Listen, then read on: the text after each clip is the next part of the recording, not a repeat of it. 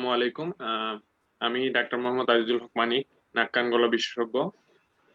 আজকে নেক্সট সিরিজের একটি গুরুত্বপূর্ণ টপিকের উপর আজকে একটু আলোচনা করব। আশা করছি সাউন্ড ক্লিয়ার শোনা যাচ্ছে। সবকিছু ক্লিয়ার আছে স্যার, আপনি আচ্ছা, ঠিক আছে। আজকে যে important topic, metastatic neck node with unknown primary. এটার মানে মেইনলি ম্যানেজমেন্ট আপডেট এবং কিভাবে ইভালুয়েট করা হয় তার উপরে একটু ডিসকাস করব।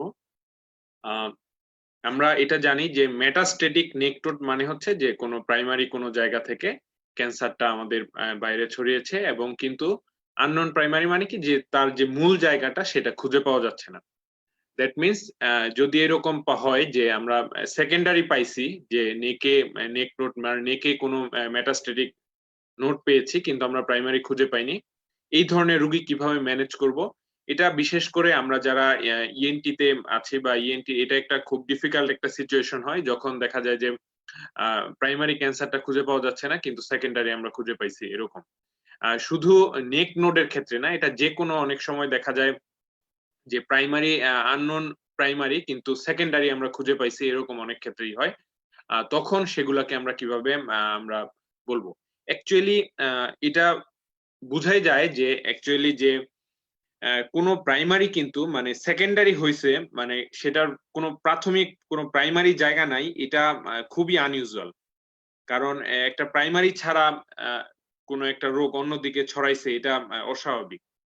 মেইনলি আমরা যেটা হয় যে আসলে অ্যাকচুয়ালি দেখা যায় প্রাইমারিটা হয়তো এমন পর্যায়ে থাকে বা ডরমেন্ট থাকে যে ওইখানে আমরা যে সেকেন্ডারিটার এক্সপ্রেশনটা বেশি হয়ে গেল কিন্তু প্রাইমারিটা ওইভাবে খুঁজে পাওয়া যায় না। কিন্তু এই যে মডার্ন যে টেকনোলজি, এখন যে বর্তমান যে আমাদের যে ইভালুয়েশন প্রসিডিউর, বিভিন্ন ইমেজিং টেকনিক, বিভিন্ন কিছু, এগুলা অনেক অ্যাডভান্স, দেখা যায় ম্যাক্সিমাম ক্ষেত্রে আমরা প্রাইমারিটা খুঁজে পেয়ে যাই। তারপরেও দেখা যায় কিছু কিছু ক্ষেত্রে এরকম হয় না। সংজ্ঞা যদি আমরা বলি যে আসলে এটা আননোন অকাল প্রাইমারি বা আননোন প্রাইমারি মেটাস্ট্যাটিক নেক নোড বলতে আমরা কি বুঝি, এটা বলছি যে কিছু একটা গ্রুপ অফ ম্যালিগন্যান্সি, যেটা স্কোয়ামাস সেল হতে পারে, অ্যাডেনোকার্সিনোমা হতে পারে, কিন্তু তার নেকে যেটা এক্সপ্রেস করেছে, যে নেকে আছে তার মেটাস্ট্যাটিক নেক নোড, কিন্তু তার প্রাথমিক যে জায়গাটা সেটা খুঁজে পাওয়া যাচ্ছে না।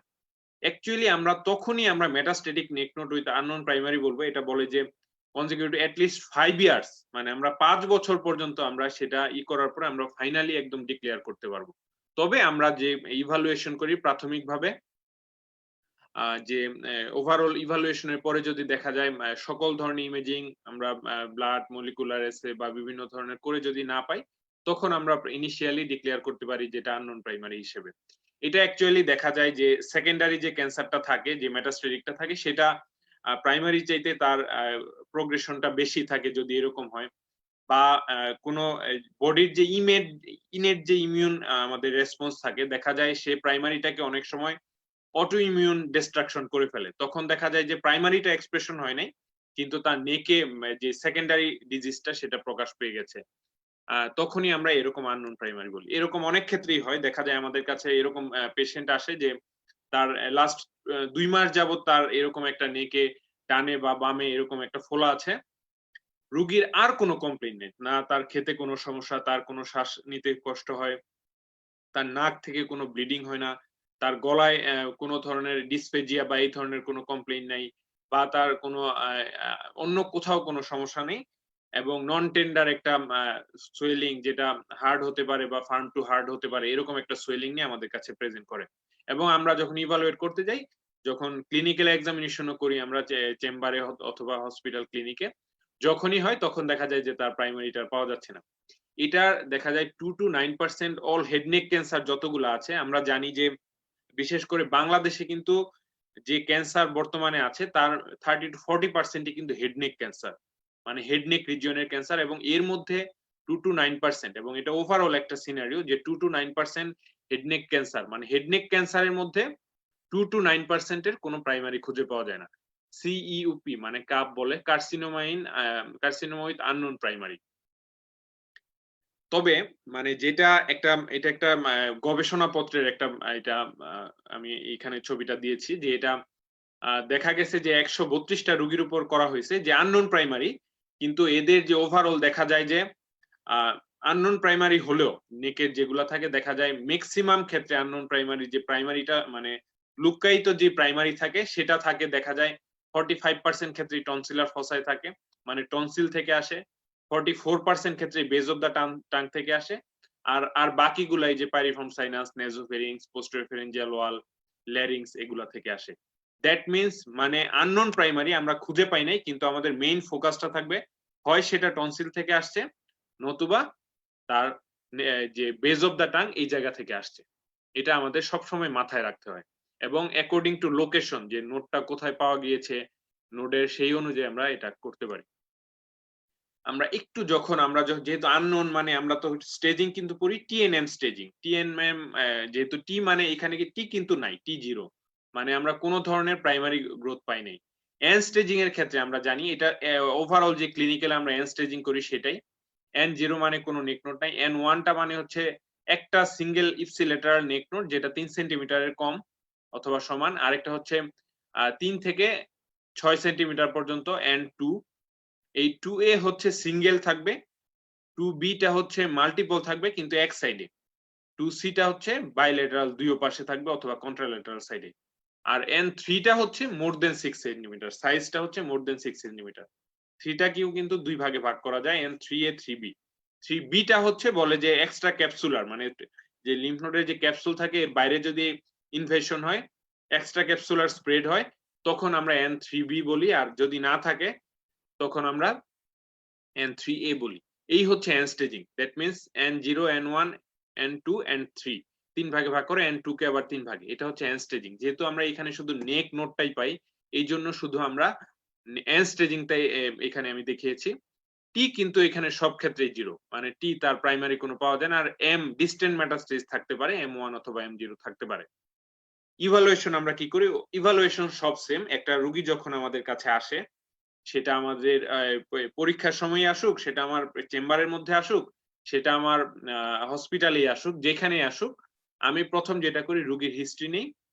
মানে আমরা যেটা করি রোগীর হিস্ট্রি নিব, আমরা দেন আমরা ক্লিনিক্যাল এক্সামিনেশন, দ্যাট মিনস আমরা যে ইনিশিয়াল আমার সেটআপের মধ্যে যে এক্সামিনেশন গুলো করা যায় সেটা করব। তারপর আমরা ইনভেস্টিগেশন কি কি লাগে এটা করি। এখন আমরা যদি একটা রোগীর, আমি এইখানে একটু শর্টলি আমি বলবো, যখন একটা রোগী আসবে আমাদের কাছে কার্সিনোমা ইন আননোন প্রাইমারি, মানে কার্সিনোমা কাপ যে পেশেন্ট এই প্রেজেন্ট কিভাবে করে, রোগী এসে বলবে যে আমার এখানে একটা ফোলা আছে লাস্ট 3 মাস যাবত, এটার মধ্যে কোনো ব্যথা নাই, একই রকম আছে বা একটু বড় হইছে, আস্তে আস্তে বড় হচ্ছে, এখানে আমার খেতে কোনো কষ্ট হয় না, আমার শ্বাস নিতে কোনো কষ্ট হয় না, আমার কোনো ধরনের আমার কোনো রক্ত আসে না, কাশি নাই, কোন ধরনের অন্য কোনো প্রবলেম সে বলবে না। এরকম একটা হিস্ট্রি দিবে। আমরা সাথে, সাথে আরো কিছু হিস্ট্রি নিব। যদি আমি ক্লিনিক্যালি সাসপিশন করি যে এই নোটটা আমার ধরে মনে হয় যে এটা মেটাস্টেটিক হতে পারে যেকোনো। আমরা কিন্তু যেকোনো একটা নেক মাস মানেই কিন্তু মেটাস্টেটিক নেক নোড হবে তা না। এটা টিবি হইতে পারে, লিম্ফোমা হইতে পারে বা শুধু মেটাস্টেটিক নেক নোড, বিভিন্ন কিছু হতে পারে। আমরা ওই অনুযায়ী যদি সাসপেক্ট করি, সাথে আমরা তবে নেক নোড যেটাই হোক আমরা ওইরকম এই ডিফারেনশিয়াল ডায়াগনোসিস গুলো মাথায় রাখতে হবে এবং হিস্ট্রি নিব। হিস্ট্রি যদি আমি মনে করি যে এটা মেটাস্টেটিক হার্ড একটা নেক নোড পেয়েছি আমরা, মেটাস্টেটিক যদি আমরা চিন্তা করি, তাহলে প্রথমে আমরা তার হিস্ট্রি নিব যে সে স্মোকিং করে কিনা, সে অ্যালকোহল খায় কিনা। এগুলা যখন পজিটিভ থাকবে, যখন স্মোকিং অ্যালকোহল খাবে, তখন আমার ধইরা নিতে হবে যে এটার প্রাইমারি অবশ্যই আপার অ্যারোডাইজেস্টিভ ট্র্যাক্টে থাকার সম্ভাবনা বেশি। তারপরে আমরা আরেকটা গুরুত্বপূর্ণ একটা জিনিস, যে এখানে আমরা হেড নেক ক্যান্সারের ক্ষেত্রে ওরোফেরিনজিয়াল যে ক্যান্সার এটা করি, আমরা সেক্সুয়াল যে হ্যাবিট সেটার হিস্ট্রি নিব। এটা সাধারণত আমাদের দেশে না, বাইরের দেশে এটা খুব গুরুত্বপূর্ণ। যারা ওরোজেনিটাল সেক্সুয়াল বিহেভিয়ার করে এরকম যাদের হয়, তাদের দেখা যায় হিউম্যান প্যাপিলোমা ভাইরাস রিলেটেড যে ওরোফেরিনজিয়াল ক্যান্সার এটা তাদের বেশি হয়। এই জন্য এই হিস্ট্রিটাও খুব গুরুত্বপূর্ণ। এবং আমরা যখন টোটাল হিস্ট্রি, তার আরো হিস্ট্রি নিব আমরা, তার অন্য কোনো প্রিভিয়াসলি কোনো রেডিয়েটেড কিনা, অন্যান্য যা যা নরমাল আমরা একটা হিস্ট্রি প্রটোকলের মধ্যে যা যা পড়ে আমরা তার কাছ থেকে সব জেনে নিব। এই সোয়েলিংটা কতদিন যাবত আছে, তার ডিডি গুলো এক্সক্লুড করার জন্য, তার অন্যান্য টিবি বা লিম্ফোমা এগুলো এক্সক্লুড করার জন্য যা যা নিতে হয় ওই ধরনের হিস্ট্রি গুলো নিব। ক্লিনিক্যাল এক্সামিনেশন কি করব, আমরা জানি আমরা যখন একটা নেক নোট আসে আমরা প্রথমে তারপরে এর প্রাইমারি খোঁজার জন্য বা এর ভিতর দিকে কোনো কিছু আছে কিনা এটা দেখার জন্য আমরা প্রথমে oral cavity, oropharynx, larynx, hypopharynx, nasopharynx এগুলো দেখি। এখন কিন্তু আমরা একদম দেখা যায় বেড সাইডে বা ক্লিনিক্যাল প্র্যাকটিসেই আমরা দেখা যায় আমরা নাকের যে নোজ আমরা নেজোএন্ডোস্কোপি করতে পারি, নেজোফেরিঙ্গোস্কোপি করতে পারি, ফাইবার অপটিক ল্যারিঙ্গোস্কোপি বা রিজিড ল্যারিঙ্গোস্কোপি দিয়ে আমরা কিন্তু যে ল্যারিঞ্জিয়াল যে হাইপোফেরিংস, ল্যারিংস, পোস্টেরোফেরিঞ্জিয়াল এগুলা কিন্তু আমরা পুরাটা দেখে ফেলতে পারি।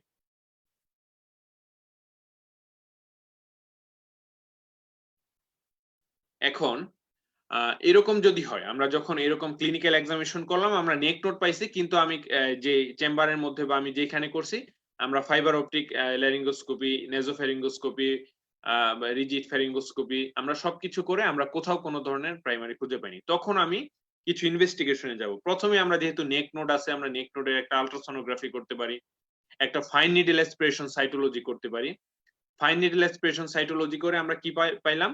আমরা দেখা গেল তার সরাসরি আসছে তার স্কোয়ামাস সেল কার্সিনোমা অথবা এডেনোকার্সিনোমা। নেকে কিন্তু এই মেইনলি এই দুই ধরনের হয়, কিন্তু মেইন হচ্ছে স্কোয়ামাস সেল কার্সিনোমা। এটা পুরলি ডিফারেন্সিয়েটেড হইতে পারে, আনডিফারেন্সিয়েটেড হইতে পারে, বা ওয়েল ডিফারেন্সিয়েটেড হইতে পারে, এডেনোকার্সিনোমা হতে পারে।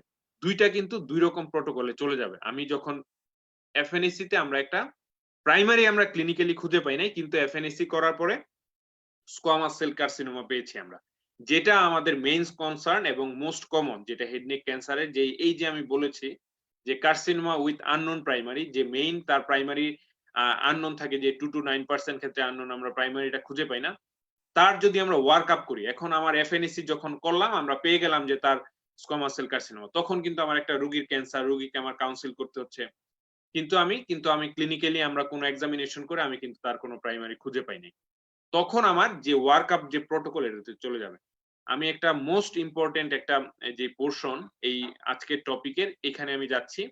এই যে ফ্লো চার্ট, এটা আমাদের যে লেটেস্ট আপডেটেড যে বই আমাদের টেক্সট বুক, সেখান থেকে আমি নিয়েছি এটা, যেটা ফলো করা হয়। এটা লাস্ট ইয়ারে এই বইটার আপডেট ভার্সন এসেছে, এবং এখানে যে আননোন প্রাইমারির ক্ষেত্রে যে অ্যালগরিদম ওরা মেইনটেইন করে, মানে ইন্টারন্যাশনালি যেটা স্ট্যান্ডার্ড একটা ইসে, যে পেশেন্ট ওয়ার্ক আপ কিভাবে করে, এখানে দেখা যায় পেশেন্ট প্রেজেন্ট এরকম নেক নোড নিয়ে আসছে, আমরা ইএনটি এক্সামিনেশন করে নো প্রাইমারি সাইট, আমি কারসার দিয়ে দেখাচ্ছি, এই ফ্লো চার্টটা সবাই দেখবেন। এটা যদি মনে রাখা যায় একটা রোগীর ডায়াগনোসিসে পৌঁছতে আমাদের, বা সিদ্ধান্ত নিতে ট্রিটমেন্টের কি ট্রিটমেন্ট করব সেইখানে যেতে এটা আমাদের হেল্পফুল হবে। আমরা যখন একটা ইএনটি এক্সামিনেশন করে কোনো প্রাইমারি কিছু খুঁজে পেলাম না, আমরা ক্লিনিক্যাল এক্সামিনেশন করে আমি ফাইন নিডল অ্যাসপিরেশন সাইটোলজি করলাম, আমি পেলাম স্কোয়ামাস সেল ক্যান্সার। সে আমাকে হিস্টোপ্যাথোলজিস্ট যে যিনি, সেটা এটা রিপোর্ট দিল। এখন আমি তার প্রাইমারি ক্লিনিক্যাল এক্সামিনেশনে পাই নাই। এখন আমি যখন যেহেতু স্কোয়ামাস সেল কার্সিনোমা আসছে, এখানে আমি কনসিডার করতে পারি, যদি আমার মনে হয় যে নেক নোডটা লেভেল 2 তে আছে, উপর দিকে আছে, আমি সাসপেক্ট করতেছি that maybe arise from the base of the tongue or oropharynx, oropharynx that means tonsil or নেজোফেরিংস, এইরকম যদি আমি সাসপেক্ট করি, তখন আমার কনসিডারেশনে আসবো যে এখানে আমি একটা কোর বায়োপসি করবো কিনা। কোর বায়োপসি জিনিসটা কি? এটা এফএনএসি যেমন ফাইন নিডল দিয়ে করি, এটা একটু মোটা নিডল দিয়ে করা হয়। এখানে একটা কোর অফ টিস্যু নেওয়া হয়, যেটার হিস্টোপ্যাথোলজি করা যায়, মানে এখানে ওইখানে যেমন সেল দেখে এখানে একটা স্লাইড তৈরি করে এখানে আরো দেখতে পারে।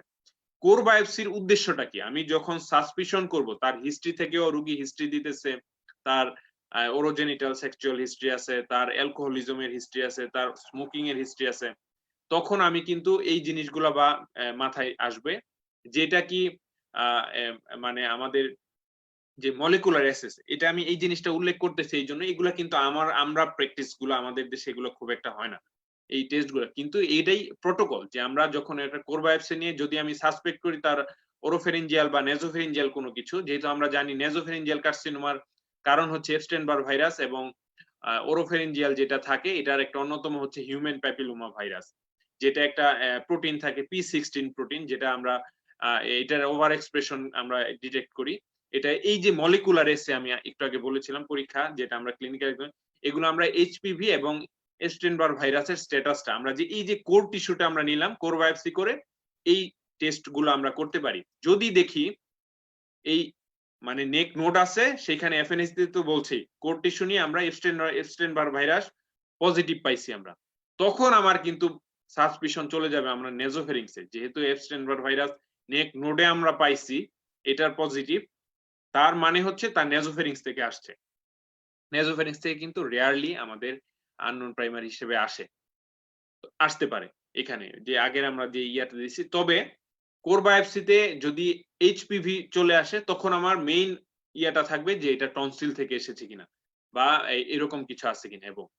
এবং কোর বায়োপসি যদি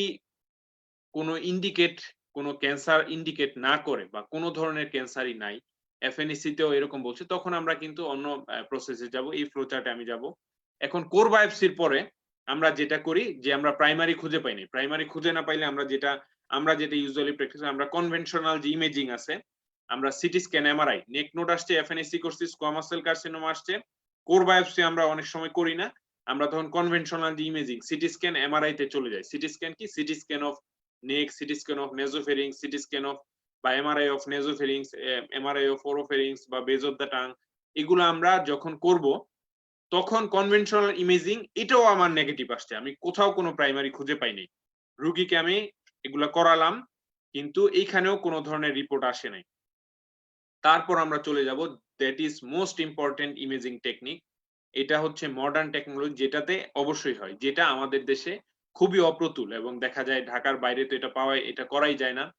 মানে আমরা যেই পেট স্ক্যান বলি, আমরা এফডিজি, ফ্লুরো ডিঅক্সি গ্লুকোজ দিয়ে আমরা যেটা একটা পেট স্ক্যান মানে হোল বডি স্ক্যানটা আমরা করি, যেখানে কোনো ধরনের যদি প্রায় ফোকাস থাকে যেটা এখনো এক্সপ্রেশন হয় নাই, এই ধরনের কোনো ফিজিওলজিক্যাল চেঞ্জ হইলেই আমরা যে পেট স্ক্যানের মাধ্যমে আমরা প্রাইমারিটা ডিটেক্ট করতে পারি।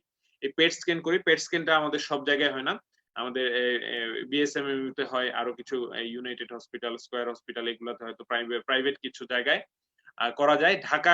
ঢাকার বাইরে এই পরীক্ষাটা আসলে এই যেমন সিলেটে নাই, অন্য কোথাও হয়তো ঢাকার বাইরেও কোথাও নাই, এবং এটা একটু ব্যয়বহুল।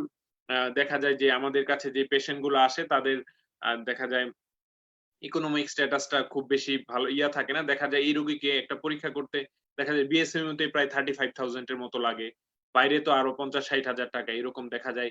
এগুলা রোগীরা প্রোভাইড করতে পারে না। কিন্তু আননোন প্রাইমারি আমি একটা পেট স্ক্যান করার আগে আমি কিন্তু তাকে সহজেই করতে পারি না। এবং পেট স্ক্যানের দেখা গেছে যে বিভিন্ন গবেষণায় যে এটা 37% ক্ষেত্রেই এটার যে পেট স্ক্যান করার পরে আমরা প্রাইমারিটা কিন্তু খুঁজে পাই।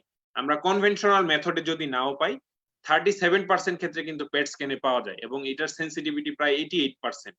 এটা দেখা যায় যে মানে এই পেট স্ক্যান করলে এরকম দেখা যায় গবেষণাপত্রে দেখা গেছে। এবং আমরা পেট স্ক্যান করার পরে যদি আমরা প্রাইমারি খুঁজে পেলাম, প্রাইমারি সাইট সিন পেলাম, তখন আমি কি করব? কোথায় পাইছি আমরা? দেখা গেল যে আপটেক করছে, যে একটা এই টনসিলের আপটেক করছে বা নেজোফেরিংসে আপটেক করছে, যে এই যে ডিঅক্সি গ্লুকোজটা বা অন্য কোথাও স্ক্যানে দেখাচ্ছে, তখন আমি একটা ওই জায়গা থেকে একটা ডায়াগনস্টিক বায়োপসি করব। মানে যেই জায়গায় স্ক্যান নিছে, এই আপটেক করছে, সেখান থেকে বায়োপসি নিলাম। বায়োপসি নিয়ে আমি কনফার্ম করলাম। এই ক্ষেত্রে 50% ক্ষেত্রেই এখানে ডিটেকশন হয়ে যায়। এখন আমার পেট স্ক্যানেও কোথাও দেখায় নাই, নো প্রাইমারি সাইট সিন। এখন আমি কি করব? পেট স্ক্যান করার পরে যখন হবে না, তখন আমি আন্ডার জেনারেল অ্যানেস্থেসিয়া মানে অজ্ঞান করে রুগীকে আমার যেই সাসপিশিয়াস সাইট সেইখান থেকে আমরা বায়োপসি নিব।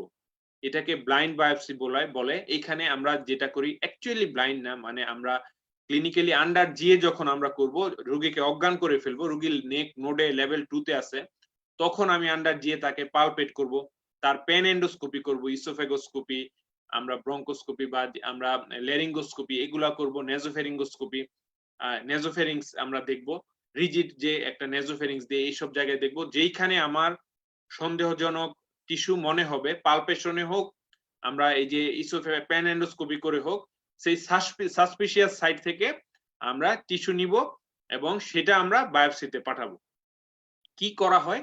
এই যে প্যান এন্ডোস্কোপি করে আমরা দেখা যায় সাধারণত বাইলেটারাল টনসিলেক্টমি, যেহেতু আমাদের মেইন, আমি আগেও বলেছি যে 48% ক্ষেত্রেই দেখা যায় টনসিল থেকে আসে, 44% ক্ষেত্রে আসে বেজ অফ দ্য টাং থেকে। আমরা বাইলেটারাল টনসিলেক্টমি করি। বাইলেটারাল কেন করি? যেই সাইডে নোড আছে ওই পাশে তো হইতেই পারে, কন্ট্রালেটারাল যে টনসিল থাকে ওইখান থেকেও কিন্তু 10% ক্ষেত্রে হতে পারে। ঠিক একই রকম ভাবে টাং বেজেরও কিন্তু যে এই টাং বেজ মিউকোসেক্টমি বলে, এটা কিন্তু নরমাল যে একটু মিউকোসা কেটে নিয়ে আসলাম ব্যাপারটা তা না। এটা সাধারণত যেই অ্যাডভান্স উন্নত দেশগুলোতে কি করা হয়, আমরা যে রোবোটিক সার্জারির মাধ্যমে যেই টাং বেজের যে ডিপ টিস্যুটা থাকে এটা পুরা যেহেতু টাং বেজে ব্লিডিং হওয়ার চান্স থাকে, ওই ডিপ টিস্যুটা এটা বলে টাং বেজ মিউকোসেক্টমি, মানে মিউকোসা এবং কিছু ডিপ টিস্যু সহ আমরা নিয়ে আসি, দুই পাশেরই আনতে হবে। বাইলেটারাল টনসিলেক্টমি যেমন করি, আমরা দুই পাশেরই টাং বেজের মিউকোসা আমরা নিয়ে আসি। এটা করলে কি হয় যে তারও এখানেও কিন্তু কন্ট্রালেটারাল বেজ অফ দা টাং থেকে কিন্তু 10% ক্ষেত্রে হইতে পারে। এই জন্য এই জায়গায় তাইলে আমরা বায়োপসি নিতেছি, মেইনলি আমার টনসিল থেকে নিব, আমরা টাং বেস থেকে নিব। এর বাইরে যদি আমার সাসপিশন হয় নেজোফেরিংস থেকে, নেজোফেরিংসের ফসা অফ রোজেনমোলার থেকে নিব। পাইরিফেরাম সাইনাসে যদি আমার দেখা যায় লেভেল 3 বা 2 3 তে লিম্ফ নোড আছে, 3 তে লিম্ফ নোড আছে, তখন আমি পাইরিফর্ম সাইনাস আমার মাথার মানে চিন্তার বাইরে যাবে না তখন ওইখান থেকে। এটা কখন করব? আমরা যখন পেট স্ক্যান নেগেটিভ আসবে তখন আমরা কিন্তু প্যান এন্ডোস্কোপি করে এইসব জায়গা থেকে বায়োপসি নিব। এগুলা করার পরে দেখা যায় এই ক্ষেত্রেও যখন আমরা এই বায়োপসি গুলা নেই সাসপিশিয়াস সাইড থেকে 50% ক্ষেত্রে আবার ডিটেকশন হয়ে যায়। দেখেন অনেকগুলা স্টেপ কিন্তু এখানে কিভাবে আমরা একটা ইভালুয়েট করি, এগুলা কিন্তু কোনো স্টেপ এসকেপ করে যাওয়ার সুযোগ নাই। যেহেতু ক্যান্সার মানেই হচ্ছে আমরা ধরি একটা মরণ ব্যাধি, এখানে আমরা ব্লাইন্ডলি ঠিক আছে আমাদের পার্সপেক্টিভে আমরা কিন্তু চিকিৎসা অনেক মডিফিকেশন করি। আমাদের পেট স্ক্যানের সুবিধা নাই, আমাদের সব সময় টাং বেজের যে রোবোটিক সার্জারির মাধ্যমে আমরা টাং বেজ কেটে নিয়ে আসবো সেটার সুবিধা নাই।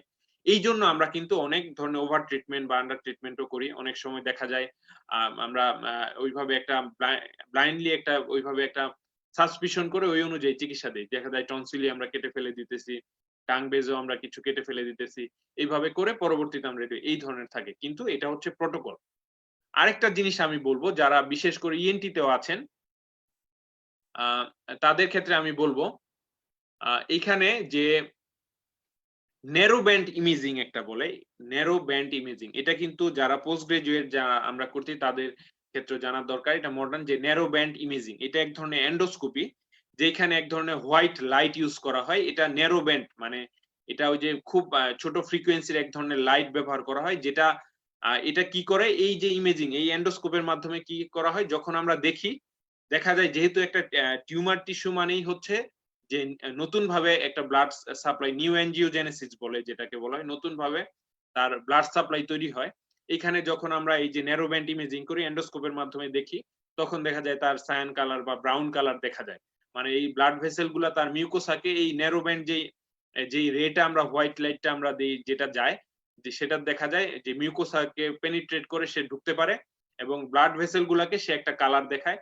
যখন আমরা দেখবো যে স্বাভাবিকের চাইতে তার ব্লাড সার্কুলেশন ওই জায়গাটায় বেশি, তখন আমার মানে সাসপিশন হবে যে ওই জায়গা থেকে প্রাইমারিটা আসছে। এই জন্য আমি আবার একটু সংক্ষেপে বলি কি করব। আমরা একটা রোগী আসবে, আমরা এফএনএসি করব। এফএনএসি করার পর যদি স্কোয়ামাস সেল কার্সিনোমা আসে, আমরা ক্লিনিক্যাল এক্সামিনেশন করে কিছু পেলাম না, আমরা তখন কোর বায়োপসি করতে পারি। কোর বায়োপসি করার উদ্দেশ্য হচ্ছে আমরা এস্টেনবার ভাইরাস এবং এইচপিভি ভাইরাস যেটা থাকে এটার আমরা মলিকুলার অ্যাসে করা। এটা আমরা বাংলাদেশে আমরা ইউজুয়ালি করি না, কিন্তু এটা আইডিয়াল, এটা হচ্ছে করা। তারপরে যদি আমরা না পাই কনভেনশনাল সিটি এমআরআই করব। তারপরে আমরা যদি ওইখানেও কনভেনশনাল যে সিটি এমআরআই করেও যদি না পাই আমরা পেট স্ক্যান করব। পেট স্ক্যান করেও যদি না পাই আমরা প্যান এন্ডোস্কোপি করব আন্ডার জেনারেল অ্যানেস্থেসিয়া। তারপরেও যদি না পাই দেন আমরা অন্য চিকিৎসায় চলে যাব। ম্যাক্সিমাম ক্ষেত্রে 50% ক্ষেত্রে ওইভাবে পাওয়া যায়। পেট স্ক্যানে যেমন 37% ক্ষেত্রে আমি বলছি, এরকম প্যান এন্ডোস্কোপি করলে 50% ক্ষেত্রে পাওয়া যায়। এই যে যখন ওভারঅল দেখা যায় ম্যাক্সিমাম ক্ষেত্রেই কিন্তু প্রাইমারিটাতে আমরা পৌঁছাইতে পারি যদি এই প্রটোকল মেইনটেইন করি।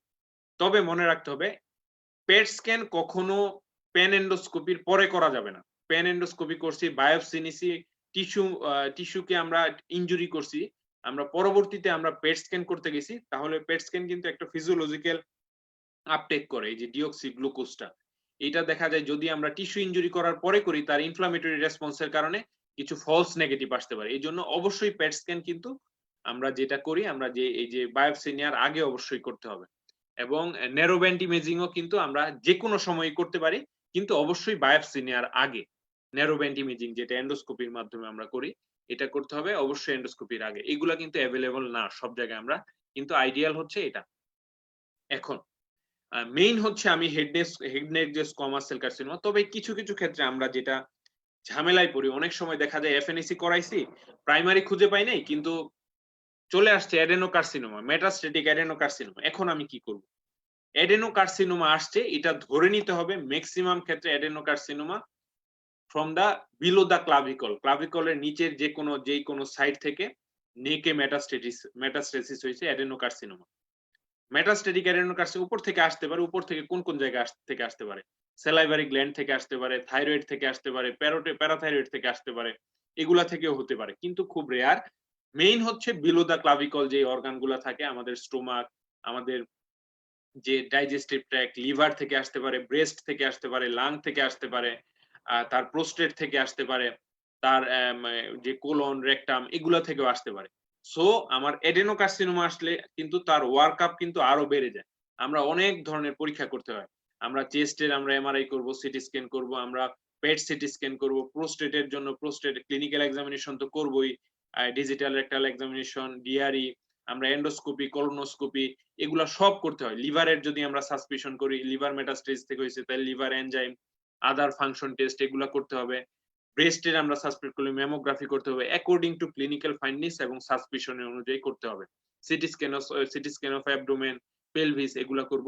আমরা কিন্তু এগুলা দেখা যায় আমাদের জন্য একটা ক্যান্সার রোগী, আমাদের মতো গরিব দেশে একটা ক্যান্সার রোগী ডিল করা খুব কঠিন। বিকজ এখানে আমাদের যদি গভর্নমেন্ট সেটআপে এই ধরনের সিস্টেম গুলো সব থাকতো আমরা পারতাম, কিন্তু প্রাইভেট সেটআপে যখন একটা রোগী আসে আমার কাছে, আমি যখন তাকে মেটাস্টেটিক অ্যাডেনোকার্সিনোমা, তাকে যদি আমি ক্যান্সারও বলি, তাকে যদি বলি এই জিনিসগুলো আপনার করতে হবে, এগুলো আমি বিভিন্ন জায়গায় পাঠাই, তার দেখা যাবে এই পরীক্ষাগুলো করতে গেলেই তার মোটামুটি 1 লাখ টাকা শেষ। রোগী কিন্তু এইভাবে করে না। এই জন্য একটা রোগী আমাদের পার্সপেক্টিভে আমাদের দেশে একটা ক্যান্সার রোগী ডিল করা এটা টু মাচ ডিফিকাল্ট। এবং আননোন প্রাইমারি যদি হয় এটা তো আরো বেশি কঠিন, কারণ রোগীকে এটা বুঝাইতে হয় এবং স্টেপ ওয়াইজ বিভিন্ন তার প্রোটোকল অনুযায়ী মেনটেন করতে হয়। এগুলা রোগী এবং রোগী ফিনান্সিয়ালি সলভেন্ট না হলে এটা খুব কঠিন। দেখা যায় যে অনেক সময় যারা সলভেন্ট থাকে বিদেশে চলে যায়, ওদের এক সেটিংসে এক হসপিটালে সবকিছু আছে, ওরা একই সাথে সব করে ফেলতে পারে। রোগীরও ওইরকম ফিনান্সিয়াল ইয়া নিয়ে যায়, প্রস্তুতি নিয়ে যায়, দেখা যায় তাদেরও হয়। সো তবে এটা আইডিয়াল প্রসিডিউর এবং আমাদের অবশ্যই এটা মাথায় রাখতে হবে। অ্যাডেনোকার্সিনোমা হলে কি? অ্যাডেনোকার্সিনোমা হলে তার বিলো দা ক্লাভিকল থেকে আসে, এই পরীক্ষাগুলো আমাদের করতে হয়। এবং একটা ক্যান্সার রোগী আননোন প্রাইমারি বিশেষ করে এখানে তো অবশ্যই কোনো যে নেক নোড আসছে, নেক মেটাস্টেজ, শুধু ইএনটি সার্জন আমি সব সমাধান করে দিতে পারবো। Never ever. কখনো একজন ইএনটি সার্জনই একটা মেটাস্টেটিক আননোন এটা আমি সবই করতে। এটা একটা মাল্টিডিসিপ্লিনারি অ্যাপ্রোচ। এখানে আমার হেড নেক সার্জন থাকবে, আমার ইএনটি সার্জন থাকবে, রেডিওথেরাপি যারা দিবে তারা থাকবে, মেডিকেল অনকোলজিস্ট যারা তারাও থাকবে, যে তার পরবর্তীতে কোনো কেমো রেডিয়েশন এগুলা লাগবে কিনা, এগুলা প্ল্যানিং ট্রিটমেন্ট একটা টিউমার বোর্ড বা ক্যান্সার বোর্ড গঠন করে আমরা একটা সিদ্ধান্ত নিতে হবে, অথবা আমাদের ইন্টার কোরিলেশনের মাধ্যমে আমাদের এটা একটা রোগীর ফাইনাল যে ট্রিটমেন্ট প্রোটোকল সেটা ডিটেক্ট করতে হবে। এখন আমি ইভালুয়েট করে ফেলছি রোগীকে, এখন ট্রিটমেন্ট কি? দেখেন এই যে ছকটা আছে এখানে ট্রিটমেন্টে যান। আমরা N1 বলেছিলাম কি 3 সেন্টিমিটারের কম, মানে এখানে কোনো T0 3 সেন্টিমিটারের একটা সিঙ্গেল নোড আছে রাইট সাইড অথবা লেফট সাইডে। এইখানে first line of treatment unknown primary সব ইভালুয়েট করলাম, আমরা সবকিছু করলাম, মানে যত পরীক্ষা নিরীক্ষা করে পেট স্ক্যান করে সব ধরনের করে আমরা পাইছি, কিন্তু কোনো প্রাইমারি খুঁজে পাইনি। তারপরে সিদ্ধান্ত নিলাম এইবার আমি তার চিকিৎসায় যাব, আমার সবকিছু শেষ। তখন আমি কি করব? আমি সার্জারি করব। কি সার্জারি আমরা করি? আমরা করি যে T0N1 মানে 3 সেন্টিমিটার কম যদি ছোট হয় আমরা সার্জারি করব। সিলেক্টিভ অথবা এমআরএনডি। আগে ছিল যে আননোন প্রাইমারি মানে আমরা রেডিকেল করে দিব। এটা করা হয় না। আমরা যে সিলেক্টিভ নেক ডিসেকশন যেই সাইডে নোডটা আছে এটা আমরা করব, এবং বা মডিফাইড রেডিকেল যেটা টাইপ 1, টাইপ 2, টাইপ 3 যেটাই করি আমরা এই মানে সিলেক্টিভ অথবা মডিফাইড রেডিকেল নেক ডিসেকশন করব। এবং সার্জারির পরে তার কি রেডিওথেরাপির কোনো দরকার আছে? কোন ধরনের যদি আমি এটা করি মানে T0N1 ইয়াতে থাকে 3 সেন্টিমিটারের কম থাকে, ছোট ইভালুয়েট করার পরে রেডিওথেরাপির দরকার নেই। আমরা সার্জারি করে তাকে ফলো আপ যে প্রোটোকল সেই অনুযায়ী আমরা ফলো আপ করব। কেমোথেরাপিও নাই। এখন আমার T0N1 M0 এইখানেও T0। দেখেন এখানে দুইটা কথা কিন্তু নো ইসিএস। ইসিএস মানে এক্সট্রা ক্যাপসুলার স্প্রেড। মানে আমি যখন লিম্ফ নোডটা আবার হিস্টোপ্যাথোলজিতে পাঠাইলাম, তার কোনো ক্যাপসুলার স্প্রেড নাই, এক্সট্রা ক্যাপসুলার স্প্রেড নাই, তখন আমি কিন্তু কোনো রেডিওথেরাপি দিব না। কিন্তু যখন এক্সট্রা ক্যাপসুলার স্প্রেড আমি পাবো, অবশ্যই এটা করার পরে আমরা রেডিওথেরাপি দিয়ে দিব। আমরা কি করি? কেমোথেরাপি এটা আমরা চিন্তা করি, আমরা শুড বি কনসিডার্ড, এটা আমরা টিউমার বোর্ড যে সিদ্ধান্ত নিবে। আমরা দেখা যায় আমরা সাধারণত কেটে আমরা রেডিওথেরাপিতে পাঠাই দিই। এটা হয় যে পরবর্তীতে সে তার primary site suspicious primary site সহ রেডিওথেরাপি পাইলো। দেখেন মানে দ্যাট মিনস N1 যদি হয় 3 সেন্টিমিটারের কম যদি আমরা হয় তাহলে নেক ডিসেকশন করে আমরা রেডিওথেরাপি দিতে পারি, নাও দিতে পারি। যদি আমি এটা আমার ডিপেন্ড করবে আমার হিস্টোপ্যাথোলজিক্যাল ফাইন্ডিংস এর উপরে। N2 মানে 3 সেন্টিমিটারের বড় মাল্টিপল 3 থেকে 6 centimetre multiple lymph node involve অথবা বাইলেটারাল লিম্ফ নোড। আমরা কি করব এইখানেও আমরা নেক ডিসেকশন করব। সেটা MRND আমরা প্রিফার করব। রেডিক্যালও আমরা করতে পারি যদি প্রয়োজন বোধ হয়। অথবা সিলেক্টিভ নেক প্রিফার করব এবং রেডিওথেরাপি কি এই সব ক্ষেত্রে যখন মাল্টিপল লিম্ফ নোড ইনভলভমেন্ট থাকবে 3 সেন্টিমিটারের বড় হবে তখন অবশ্যই আমি কিন্তু রেডিওথেরাপি দিব। রেডিওথেরাপি কি ইপসিল্যাটারাল সাইডেও দিতে পারি, দুই পাশেও দিতে পারি। এটা আমি কনসিডার করব রোগীর কন্ডিশনের উপর ডিপেন্ড করে এবং এখানে কেমোথেরাপিটাও কনসিডার করতে হবে। এখন 3 N3 মানে 6 সেন্টিমিটারের বেশি তার এক্সট্রা ক্যাপসুলার স্প্রেড আছে বা নাও আছে। এইখানে আমরা MRND মডিফাইড রেডিক্যাল নেক ডিসেকশন করতে হবে অথবা রেডিক্যাল মানে সব নেকের যা যা আছে লিম্ফ নোড 1 to 5 তার নেক নোড যা যা আছে আমরা এই external internal jugular vein spinal accessory এগুলো সব ফেলবো। ফেলার পরে আমরা রেডিওথেরাপি কিন্তু এখানে অবশ্যই দিব। কেমোথেরাপিটা আমরা কনসিডার করব। সো এটা হচ্ছে ট্রিটমেন্ট। এটা কিন্তু যারা ইএনটি তে আমরা পোস্ট গ্রাজুয়েট করতেছি বা ইএনটি আমরা হেড নেক সার্জারি আমরা পড়তেছি অবশ্যই এটা জানাটা প্রয়োজন। এটা হচ্ছে treatment recommended by ENT UK. এটা হচ্ছে 2016 এ এটা আপডেটেড গাইডলাইন। 2016 এ এই সিদ্ধান্তে উপনীত হয়েছে আমরা। এগুলা ডিপেন্ড করে। এগুলা কিন্তু সবই ডিপেন্ড করে আপনার সেটআপ কি, আপনি কিভাবে ফলো আপ করতে পারেন এগুলা করার পর। যেমন দেখা যায় আমাদের দেশে আমরা কি করি? আমরা N1 যখন আসে আমরা যখন সব সিটি স্ক্যান এগুলো করে এমআরআই করে আমরা পেট স্ক্যানও করতে পারলাম না বা আমি একটা সন্দেহ আমি কি করলাম এই নেক ডিসেকশন তো করি আমার দেখা যায় যে প্রাইমারি যদি আমি যেহেতু 40% 45% ক্ষেত্রে আমাদের টনসিল থেকে আসে আমরা টনসিলটা ফেলে দেই, টনসিলেক্টমি করে দেই। অনেক সময় বেজ অফ দা টাং থেকেও আমরা টিস্যু মিউকোসেক্টমি বা টিস্যু আমরা কেটে এটা বার্ন করে দেই। ওইভাবে এটা করা যায়, আমরা ওইভাবে করি কিন্তু আইডিয়াল প্রটোকল হচ্ছে এটা। আমরা তাইলে N1 হলে আমরা নেক ডিসেকশন করব রেডিওথেরাপি প্লাস মাইনাস, N2 হলে রেডিওথেরাপি নেক ডিসেকশন প্লাস হচ্ছে রেডিওথেরাপি, N3 হলে নেক ডিসেকশন প্লাস রেডিওথেরাপি অথবা কেমোথেরাপি আমরা সাথে দিতে পারি। এইবার আমরা বেস্ট ক্লিনিক্যাল প্র্যাকটিস যদি আমি করি যে ক্লিনিক্যালি প্র্যাকটিস আমরা বেস্ট কোনটা করব। আমরা দেখেন no level 1 evidence is guidance in management of cup মানে দেখা যায় level 1 ইনভলভমেন্ট, level 1 মানে কি যে সাবমেন্টাল লিম্ফ নোড বা সাবমেন্ডিবুলার লিম্ফ নোড এটা ইনভলভমেন্ট কিন্তু খুব কম থাকে। পেট সিটি হচ্ছে কি role in the management of CUP মানে পেট সিটিটা কতটা গুরুত্বপূর্ণ আর যেই পরীক্ষাটা আমাদের দেশে অ্যাভেলেবেলই না আমরা একটা আননোন প্রাইমারির ক্ষেত্রে, কিন্তু এখানে কি রোল বলছে প্লে করে পেট সিটি স্ক্যান এটা ডায়াগনোসিসের ক্ষেত্রে 37% ক্ষেত্রে আমরা পেয়ে যাই পেট সিটি স্ক্যান করে unknown primary. Surgical management of neck হচ্ছে prefer to radiotherapy in patient with operable disease. যেই রোগী, এটা আমি আবারও বলছি সবার জন্য এটা আমরা অনেক সময় দেখা যায় রেডিওথেরাপিতে পাঠাই দিই, নেক নোট পাইছে সবকিছু ঠিক আছে, এটা আমরা মাল্টিডিসিপ্লিনারি সিদ্ধান্ত নিব, but operable neck disease unknown primary first preference is always surgery then plus minus radiotherapy or chemotherapy. Operable disease অবশ্যই আমি সার্জারি করব। Post operative selective or total mucosal radiotherapy is indicated in most patient of advanced operable। আমি operation করছি post অপারেটিভলি আমি কিন্তু তার যে radiotherapy দিব তার যেইখানে প্রাইমারি সাইট সাসপিশন থাকতে পারে এটা আমি দিব অ্যাডভান্স ডিজিজের ক্ষেত্রে মানে N3 অথবা N2 এর ক্ষেত্রে অবশ্যই আমরা দিব। এটা হচ্ছে এখন কিছু গুরুত্বপূর্ণ কথা যেটা আমার এই সামারি এই যে আননোন প্রাইমারি ম্যানেজমেন্ট প্রোটোকলের উপরে যে সামারি এটা আমি গুরুত্বপূর্ণ কথা, এটা টেক্সট বোর্ড থেকে আমার কপি পেস্ট করা ছবিটা তোলা। এটা দেখা যায় 5% পেশেন্ট হেড নেক ম্যালিগন্যান্সি এখানে কাপ নিয়ে প্রেজেন্ট করে।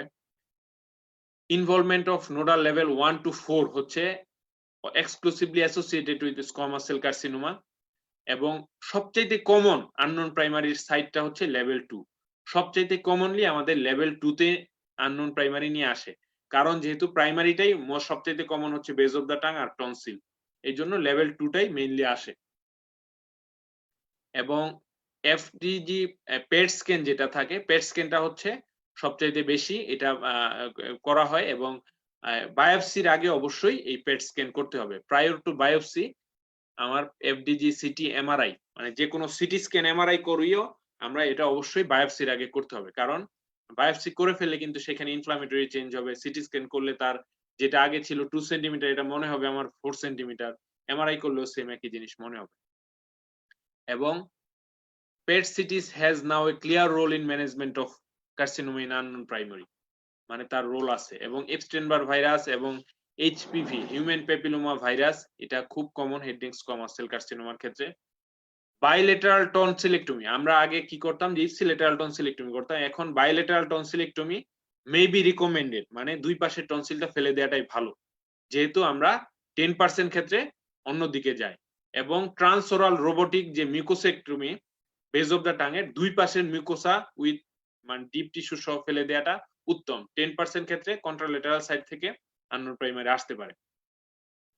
এখন নেক ডিসেকশন হচ্ছে প্রিফারেবল আমরা করি এবং রেডিওথেরাপিটা আমরা প্লাস মাইনাস আমরা দিব রোগীকে। এবং এইখানে যে মডার্ন যে রেডিওথেরাপি যে আইএমআরটি আমরা যেটা করি ইন্টেন্সিটি মডিউলেটেড রেডিওথেরাপি, এটা একটা 3D যে একটা নির্দিষ্ট লোকালাইজ, যেহেতু রেডিওথেরাপি একটা বিশাল সাইড ইফেক্ট থাকে, তার এই যে যেই স্যালিভারি গ্ল্যান্ড থাকে, তার মিউকোসা থাকে, তার বোন থাকে, অস্টিওরেডিওনেক্রোসিস, এগুলার সাইড ইফেক্ট থাকে। এই জন্য আমরা প্রিফারেন্সিয়াল যে সাসপিশিয়াস যে সাইটটা থাকবে ওইখানে আমরা দিব ইন্টেন্সিটি মডিউলেটেড রেডিওথেরাপিতে। এটার দেখা যায় আউটকাম খুব ভালো। এবং সার্জারির পরে রেডিওথেরাপি দিলে সুবিধাটা কি, রেডিওথেরাপির ডোজটাও কম হয় অ্যাডভান্স অপারেবল ডিজিজের ক্ষেত্রে। এবং একটা রুগী আমি সব চিকিৎসা করে দিলাম, এখন আমার রুগীকে ফলো আপ করতে হবে যে রুগীকে যেহেতু আমি প্রাইমারি খুঁজে পাই নাই, এখানে আমি কিভাবে ফলো আপ করব। দেখেন 5 বছর তার একদম ভিগরাস ফলো আপ লাগবে। কি প্রথম বছর তো 3 মাস, 1 থেকে 3 মাস পর পর রুগীকে মাসে মাসে বা 2 মাস পর পর আসতে বলবো। দ্বিতীয় বছর 2 থেকে 4 মাস পর পর। তৃতীয় বছর থেকে 5 বছর পর্যন্ত 4 থেকে 6 মাস পর পর আমি করব। 5 বছর পরে 6 থেকে 12 বছর 12 মাস পর পর মানে 1 বছর পর পর। এটা কিন্তু একটা ফলো আপ শিডিউল। এবং এই ক্ষেত্রে কি, কি করব আমরা হিস্ট্রি নিব, ফিজিক্যাল এক্সামিনেশন করব, তার ইমেজিং গুলা করব। ইমেজিং কি, কি করতে পারি আমরা? এই যে সিটি স্ক্যান, এমআরআই এগুলো আমরা করতে পারি যদি মনে করি। থাইরয়েড ফাংশন টেস্ট করতে পারি, ল্যাবরেটরি ইনভেস্টিগেশন যেহেতু আমরা রেডিওথেরাপি দিলে থাইরয়েড ড্যামেজ হইতে পারে বা থাইরয়েডেক্টমি যদি সাথে করি এগুলা থাকে, এগুলাও দেখতে হয়। আমরা 1 বছর পর পর অনেক সময় পেট সিটি স্ক্যান করেও দেখি আমরা। 12 মান্থলি আমরা পেট সিটি স্ক্যান আমরা করে এটা চেক করতে পারি যে তার প্রাইমারি খুঁজে পাওয়া যায় কিনা। এবং তার অন্যান্য ইভ্যালুয়েশন, ডেন্টাল ইভ্যালুয়েশন, তার স্পিচ হিয়ারিং ইভ্যালুয়েশন এগুলোও করি। আমরা স্মোকিং, অ্যালকোহল এগুলো আমরা কাউন্সিল করে দিব কখনো আর যাতে না খায়। তাইলে কিন্তু প্রাইমারিটা যদি লুকায়িত থাকে এটা কিন্তু আবার তার থাকতে পারে। এইজন্য থাকবে। তাই ফলো আপ প্রটোকলটা মনে রাখতে হবে। প্রথম বছর 3 মাস, 1 থেকে 3 মাস, দ্বিতীয় বছর 2 থেকে 4 মাস, তৃতীয় বছর 4 থেকে 6 মাস, পঞ্চম বছর পর্যন্ত হচ্ছে 6 থেকে 12 মাস পর্যন্ত, 5 বছরের পরে। প্রগনোসিস এখন যদি আমরা মনে করি এই যে সবকিছু করলাম আমরা রোগীর রেজাল্ট কি, আমরা চিকিৎসা দিয়ে কি উপকার পেলাম, এখানে দেখা যায় 5 বছর পর্যন্ত রোগীরা বাঁচে যে কোনো স্টেজে 52 to 75% ক্ষেত্রে। এবং 3 সেন্টিমিটারের কম নেক নোড নিয়ে আসছে প্রাইমারি খুঁজে পাই নাই, 100% ক্ষেত্রে সে 5 বছর বাঁচে। এবং 3 সেন্টিমিটারের বড়, 6 সেন্টিমিটারের বড় অথবা 3 থেকে 6 সেন্টিমিটার N2 এবং N3 ডিজিজ এটা 60% ক্ষেত্রেই মিনিমাম 5 বছর সার্ভাইভাল রেট থাকে। এই হচ্ছে তার ওভারঅল প্রগনোসিস।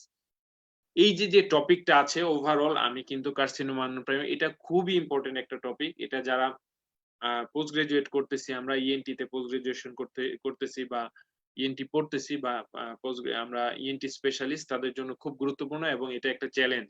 একটা আননোন প্রাইমারি একটা রোগীকে ডিল করা এটা একটা গুরুত্বপূর্ণ চ্যালেঞ্জ। এবং এটা definitely cancer is a multidisciplinary treatment এটার দরকার। এবং এই যে চিকিৎসা এটা শুধু একজন হেড নেক সার্জনের সাথে, সাথে ইএনটি সার্জনের সাথে, সাথে তার রেডিয়েশন অনকোলজিস্ট, তারপরে মেডিকেল অনকোলজিস্ট এগুলো মিলায়ে তারপর আমাদের চিকিৎসা দিতে হবে। এই হচ্ছে ওভারঅল তার কার্সিনোমা ইন প্রাইমারি। গুরুত্বপূর্ণ হচ্ছে এটা কিভাবে ইভালুয়েট করি। আমি একটু শর্টে আবার একটু বলবো। রোগীকে যখন আসবে আমরা প্রাইমারি একটু সিনারিও নিজে, নিজে কল্পনা করি একটা রোগী আসলে কি করব।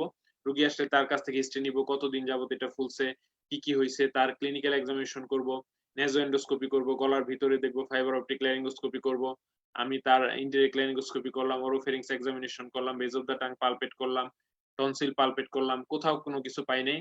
আমরা একটা এফএনএসি করতে দিব। এফএনএসি তে স্কোয়ামাস সেল কার্সিনোমা আসলে তারপরে আমরা তার সিটি স্ক্যান এমআরআই করব যে তার কোনো প্রাইমারি সাইট দেখা যায় কিনা, অথবা তার নেকের অন্য কোথাও কোনো দেখা যায় কিনা। এটাও যদি না পাই আমরা পেট স্ক্যান করব। পেট স্ক্যান করে আমরা দেখতে পারি যে রোগীর কোথায় আছে, এটা 37% ক্ষেত্রে এটা দেখা যায়, খুঁজে পাওয়া যায়। না হইলে আমরা পেন এন্ডোস্কোপি করব। পেন এন্ডোস্কোপি কি সাসপিশিয়াস জায়গা থেকে বাইলেটারাল টনসিল আমরা ফেলে দিব, বা ওই ইপসিলেটারাল টনসিল আমরা হিস্টোপ্যাথোলজি করতে পারি। তারপরে আমরা এটা এই যে বেজ অফ দ্যা টাং এর টিস্যু নিতে পারি আমরা, ফসা ফ্রোজেন মোলার, পাইরিফর্ম সাইনাস এগুলা থেকে বায়োপসি নিতে পারি। তারপরে আমরা চিকিৎসা কি, যদি হয় যে সবকিছু করার পরে আননোন প্রাইমারি আমার মনে হইছে, আমরা কি করব, N1 হইলে নেক ডিসেকশন করব প্লাস মাইনাস রেডিওথেরাপি দিব। N2 3 সেন্টিমিটারের বড় 6 সেন্টিমিটারের কম মাল্টিপল নেক নোড ইনভলভমেন্ট, আমরা সার্জারি করব, দেন রেডিওথেরাপিও দিব। তারপরে আমরা যদি N3 6 সেন্টিমিটারের বড় হয় তখন আমরা সার্জারি করব প্লাস রেডিওথেরাপি দিব। এখানে অনেক সময় বলা হয় যে রেডিওথেরাপি আগে দেয়ার রোল আছে। রেডিওথেরাপিও আগে দেয়া যায়। যদি দেখি অ্যাডভান্স ডিজিজ, আমরা রেডিওথেরাপি দিয়ে পরে যে রেসিডুয়াল থাকে সেটাকে আমরা সেলভেজ সার্জারি করতে পারি। এরকম করা যায়। বা ইনঅপারেবল ডিজিজ যেগুলা থাকে বা রোগীর থাকে না অপারেটিভ, তখন আমরা রেডিওথেরাপি আগে দিব। তবে প্রিফারেবল কিন্তু সার্জারি আগে আননোন প্রাইমারি ক্ষেত্রে। এবং ফলো আপ কিভাবে করব, যে ফার্স্ট ইয়ারলি ১ থেকে ৩ মাস পর, সেকেন্ড ২ বছর ২ থেকে ৪ মাস পর, ৩ থেকে ৫ বছর পর্যন্ত আমরা ৪ থেকে ৬ মাস পর, এবং পরবর্তীতে ১ বছর পর বা ৬ মাস পর আমরা ফলো আপ প্রটোকল। এবং এখানে যদি আমরা প্রগনোসিস হিসাব করি, দেখা যায় 100% N1 যে ডিজিজ N1 যদি থাকে 100% ই ৫ বছর বাঁচে। আর N2 বা N3 হইলে দেখা যায় 60% ই ৫ বছর বাঁচে মিনিমাম সারভাইভাল রেট। এই হচ্ছে overall carcinoma in unknown primary. এটা বিশেষ করে যারা ইএনটি তে আমরা পোস্ট গ্রাজুয়েট করতেছি, বা ইএনটি প্র্যাকটিশনার বা ইএনটি স্পেশালিস্ট, সবার জন্য এটা জানাটা খুবই গুরুত্বপূর্ণ। বা হেড নেক সার্জন বা অনকোলজিস্ট, রেডিওলজিস্ট, রেডিওথেরাপিস্ট সবার জন্য এটা, ক্যান্সার স্পেশালিস্ট সবার জন্য এটা আমাদের জানা গুরুত্বপূর্ণ। এগুলা ভ্যারি করে, দেশে দেশে চিকিৎসা ভ্যারি করে, দেশের আমাদের ফ্যাসিলিটিস এর উপর অনেক কিছু ডিপেন্ড করে। কিন্তু মোটামুটি আমাদের যে পার্সপেক্টিভে এটা লেটেস্ট আপডেটেড ম্যানেজমেন্ট প্রটোকল। এই হচ্ছে আজকের ওভারঅল কার্সিনোমা উইথ আননোন প্রাইমারির উপরে লেকচার। সবাইকে ধন্যবাদ জানিয়ে আজকের মতো এখানেই শেষ করব।